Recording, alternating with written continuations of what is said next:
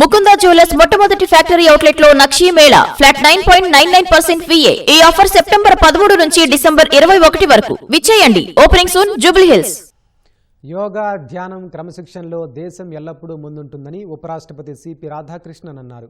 తెలంగాణలోని రంగారెడ్డి జిల్లా నందిగామ మండలం చేగూరులోని కన్హా శాంతివనంలో హార్ట్ఫుల్నెస్ సంస్థ ఆధ్వర్యంలో ప్రపంచ ధ్యాన దినోత్సవాన్ని ఘనంగా నిర్వహించారు.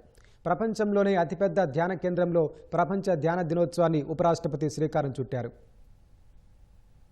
యోగాతో ప్రపంచంపై బలమైన ముద్ర వేసిన మన దేశం ధ్యానం ద్వారానూ ప్రఖ్యాతత చాటుతోంది. రంగారెడ్డి జిల్లాలోని కన్హా శాంతివనంలో హార్ట్ఫుల్నెస్ సంస్థ ఆధ్వర్యంలో ప్రపంచ ధ్యాన దినోత్సవం ఘనంగా జరిగింది. ఉపరాష్ట్రపతి సిపి రాధాకృష్ణన్ ముఖ్య అతిథిగా హాజరైన ఈ కార్యక్రమానికి తెలంగాణ గవర్నర్ జిష్ణుదేవ్ వర్మ, శ్రీరామచంద్ర మిషన్ అధ్యక్షుడు కమలేష్ డి పటేల్ దాజీ హాజరయ్యారు. ఒకే వేదికపై వారంతా ధ్యానం చేశారు. కన్హా శాంతివనం వేదికగా ప్రపంచవ్యాప్తంగా వర్చువల్గా 12 లక్షల మంది ధ్యానంలో పాల్గొన్నట్లు రామచంద్ర మిషన్ అధ్యక్షుడు కమలేష్ దాజీ చెప్పారు.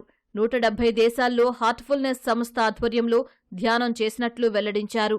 భావోద్వేగాలను అదుపులో ఉంచుకునేందుకు యోగా, ధ్యానం ఉపకరిస్తోందని ఈ సందర్భంగా ఉపరాష్ట్రపతి అన్నారు.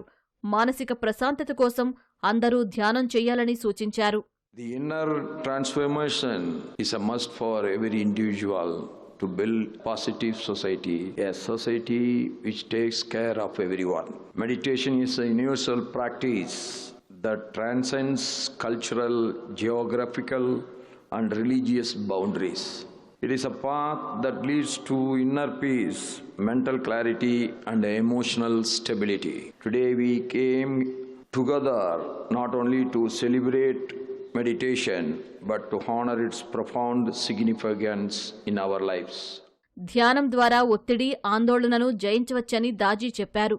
అన్ని వయసుల వారు ధ్యానం చేసి సంపూర్ణ ఆరోగ్యం, ఆనందం పొందవచ్చునని ఆయన సూచించారు.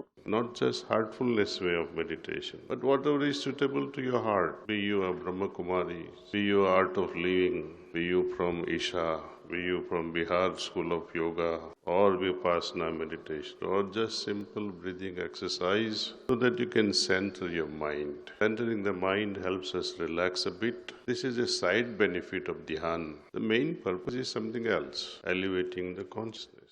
వేలాది మంది ధ్యానంతో కన్హా శాంతివనం ఆధ్యాత్మికతకు వేదికయ్యింది.